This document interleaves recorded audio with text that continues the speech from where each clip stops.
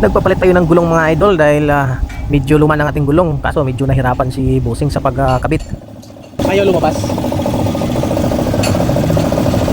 Bakit kaya?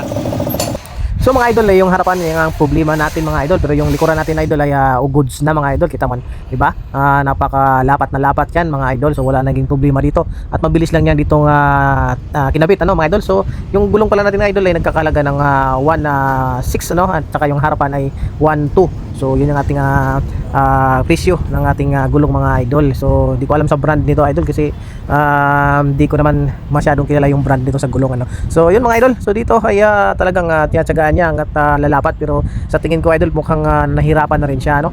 So kita niyo mga idol, hanggang ngayon ay hindi pa rin na maipantay ano, kasi di ba may linya naman yun sa pinakadulo ng gulong para mapantay at hindi tatabingi. So dito medyo di ko alam kung susuko na ba siya o talaga magsasuggest siya na kailangan palitan, o di ko alam anong diskarte niya dito mga idol.